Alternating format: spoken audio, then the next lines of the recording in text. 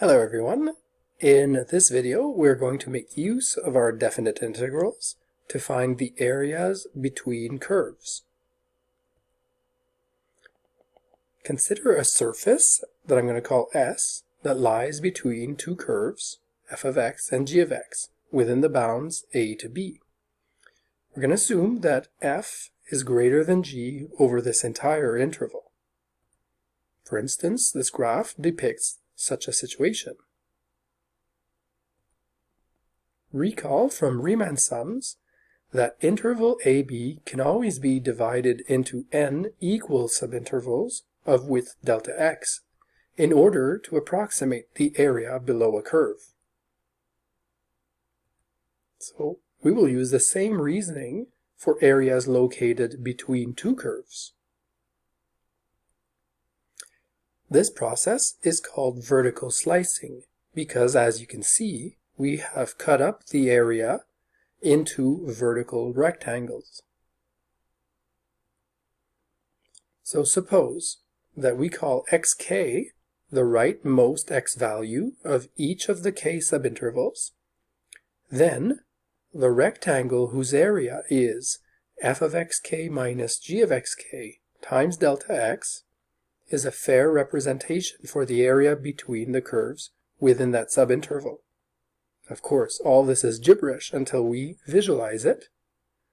So again, xk, as we did in the past, can represent the right-hand point of a subinterval of width delta x. F of xk is the height of the rectangle at its highest point. G of xk is the height of the rectangle at its lowest point. And the difference between the heights, or the difference between these y values, would be the height of the entire rectangle. Therefore, f of xk minus g of xk times delta x is the area of the rectangle itself and estimates the area between the curves over that same little subinterval.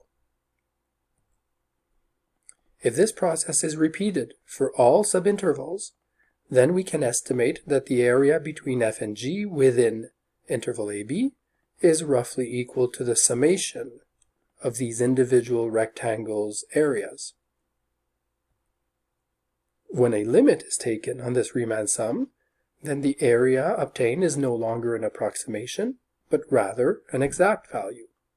In other words, the area is the result of the limit as n goes to infinity on the sums of the rectangle's areas.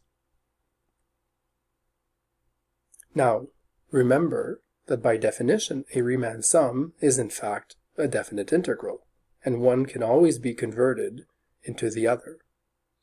Therefore, we're going to use the integral from a to b with f of x minus g of x as our integrand to find the area between curves. For example, find the area between the parabola x squared plus 1 and the line y equals x between the bounds 0 and 1.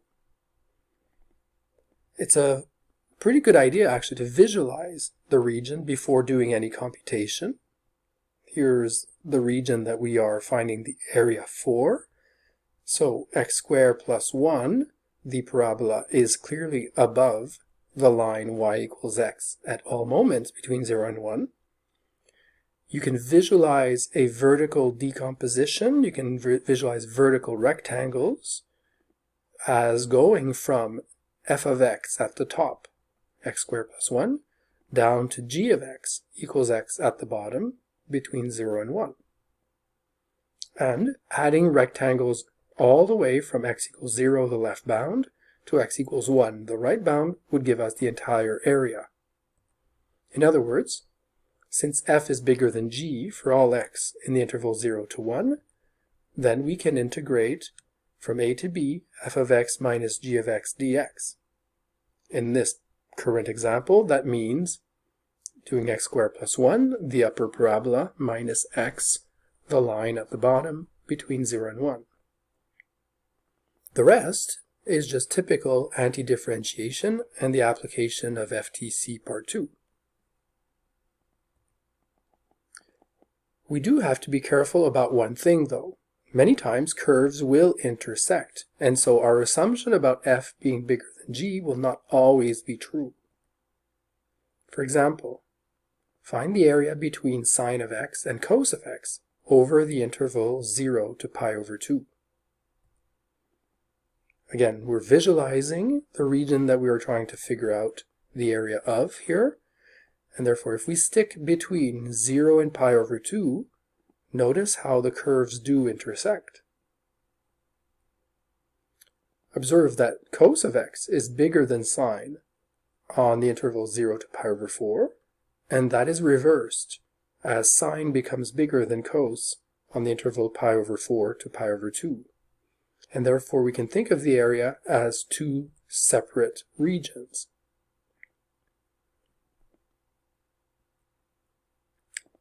The area will be the addition of these two regions. Between 0 and pi over 4, cos happened to be higher than sine. Between pi over 4 and pi over 2, sine was greater than cos. That explains why the rules have changed in the first and second integrals. In each case, we're trying to make sure that we end up with positive outcomes, because we are calculating area, not signed area. Once again, FTC Part 2 can then be applied to get the numerical answer for the area itself. Okay, so in short, to find the area between curves y equals f of x and y equals g of x, where the higher function may vary based on the position we're looking at, then we may have to split the surface into several areas before adding them. We're going to use f minus g wherever f is bigger than g, and we will use g minus f whenever g is bigger than f. Now, horizontal slicing can be a convenient way to calculate areas. This is mostly the case when horizontal rectangles have their extremities on the same two curves at the left and the right, and prevent you from having to split the region into parts by using vertical slicing, as we saw earlier. For instance, here's a situation where the area is bounded on the left by y equals x squared, on the right by y equals ln of x, above and below by y equals 0 and 1. If you were to use vertical slicing, notice how rectangles on the left extremity, so between x equals 0 and x equals 1, would have the bottom part of the rectangle on y equals 0 and the top at y equals x squared. However, as soon as x becomes bigger than 1, y equals ln of x would now determine the lower portion of the rectangle, and y equals 1 would be its highest point.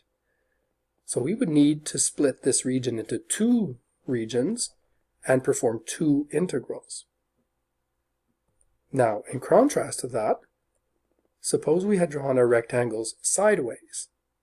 Then, no matter where we place these rectangles, the left portion of the rectangle fits along the curve y equals x squared, and the right rectangle's side fits on y equals ln of x.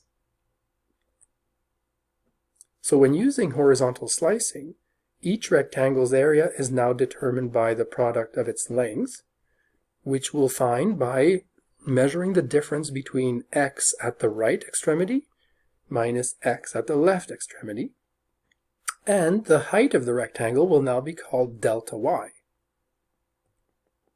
The area will be the product of the length times the height, and we would add all the rectangles that fill in the region. XR and XL are often thought of as functions of y. In fact, they are obtained from y equals f of x by isolating x from the expression by using inverse relationships. For example, in this curve, the left boundary of the rectangle has been described as x equals g of y, and the right as x equals f of y. When using horizontal slicing, as a result of the limit of Riemann sums, we compute the exact area as a limit where the right-hand boundary minus the left-hand boundary, x right minus x left, would give us the length. Delta y is the height. Once again, Riemann sums are really just synonymous for definite integrals. We are assuming that f of y will be greater than g of y within the integral c to d when we compute areas using horizontal slicing. Back to our example. Here, rectangles that are placed horizontally would have, at the right extremity, an x value equal to e of y, and at the left extremity, an x value equal to root of y. So, e to the y minus root of y dy represents the area of one rectangle, and integrating over 0 to 1 would add all the rectangle's areas to get exact area. The rest is, as usual, just the application of FTC Part